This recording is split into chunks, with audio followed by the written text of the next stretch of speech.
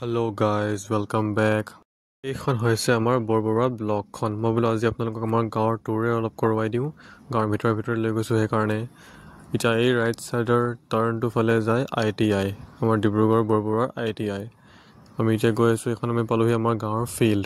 ইয়াত চব খেল পতা হয়, কিবা কিবি হ'লে মানে ইণ্ডিপেণ্ডেঞ্চ ডে, ৰিপাব্লিক ডে তেনেকুৱা হ'লে খেল পতা হয়, ফাংচনছ পতা হয়, বিহু পতা হয়।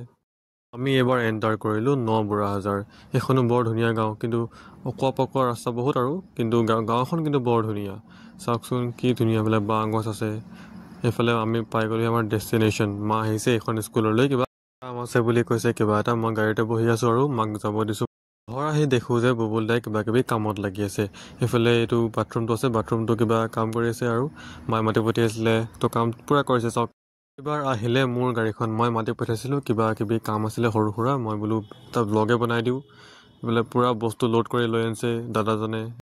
এইবাৰ আহি গ'ল আমাৰ চালে চাহাব, মানে চম্পু। গাড়ী শিকো কৈছিলে ল'ৰাটোৱে, পূৰা গাড়ী চলাইছে। চাওক পাৰিছেগৈ আৰু এক্সপাৰ্ট বনিয়ে গ'ল। কালিৰ পৰা ষ্টাৰ্ট দিছেহে, আজি হ'ল তাৰ ছেকেণ্ড ডে গাড়ী শিকাৰ। আজি মই পূৰা এক্সপাৰ্ট বনাই দিম আৰু এইখন চাওক পূৰা আজি এক্সপাৰ্ট বনাই দিছোঁ। একদম ঠেক জেগাত তাক মই বেক কৰাবলৈ শিকাই দিছোঁ। বেক কৰোঁ, আগত নিয়া, কিবা কৰা। বনাহে এৰিম বুলি মই নিজৰ মনটো ডাঠ কৰি ল'লোঁ আজি। এতিয়া সি ওলালে ঘৰলৈ যাবলৈ বুলি। আন্ধাৰ হ'ল যে গাইজ, এতিয়া বেছি আন্ধাৰ হ'লে ঠাণ্ডা লাগিব যে। থৈ আহোঁগৈ মই অলপ। Bye bye.